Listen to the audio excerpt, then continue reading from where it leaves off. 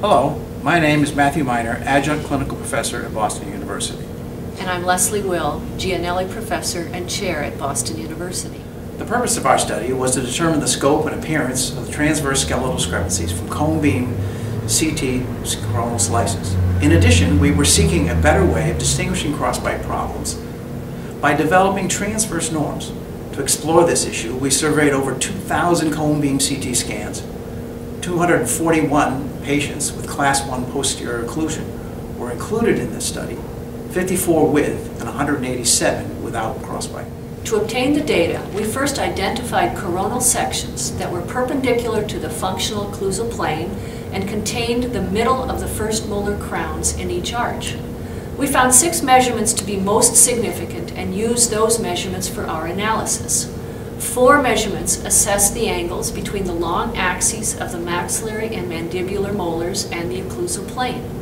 Next, we measured jaw widths from the palatal or lingual at points halfway between the cemento-enamel junction and the apex. A 7th value was calculated by finding the difference between the maxillary and mandibular width. After reviewing the distribution and standard deviation of the measurements, it became clear that many patients in the non-crossbite group had an obvious skeletal discrepancy masked by a dental compensation.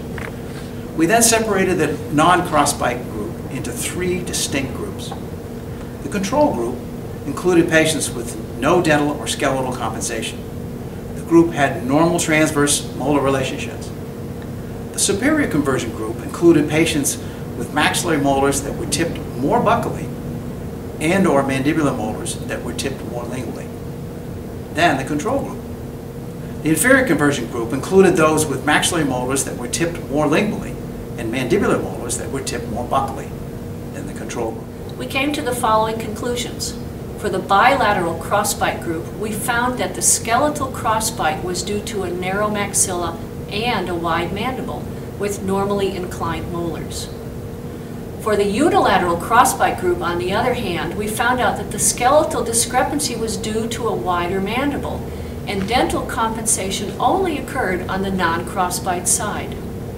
For the superior convergent group, we found that there was a skeletal discrepancy similar to the unilateral crossbite group, but dental compensations occurred on both sides. And for the inferior convergent group, we found that there was a skeletal and dental transverse discrepancy with the maxillary width wider than controls and the maxillary molars tipped palatally, compensating for the skeletal transverse discrepancy. For more details of our study and to learn more about the cone beam analysis that we used, please see our article appearing in the AJO DO.